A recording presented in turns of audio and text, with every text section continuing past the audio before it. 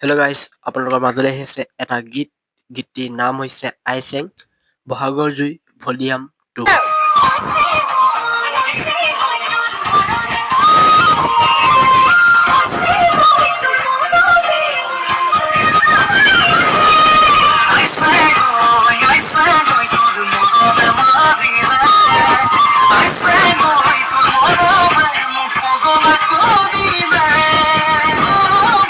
এই গীতটি গাইছে লাটুমণি ৰাজখোৱা আৰু লক্ষ্যজিত বৰা। আপোনালোকে সকলোৱে চিনি পায়েই চাগে।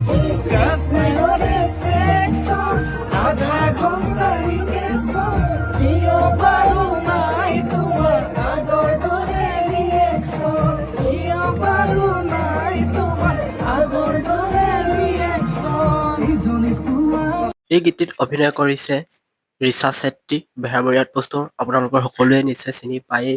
আৰু লগতে চুমি বৰাই অভিনয় কৰিছে আৰু পপিয়া মেন বুলি আপোনালোকে সকলোৱে জানেই, তেখেতেও অভিনয় কৰিছে।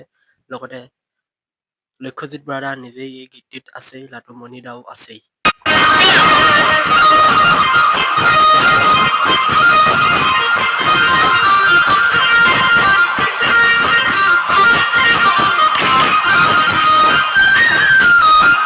আইচেং কি হ'ল বা? আইচেং কৰিম আকৌ আমি।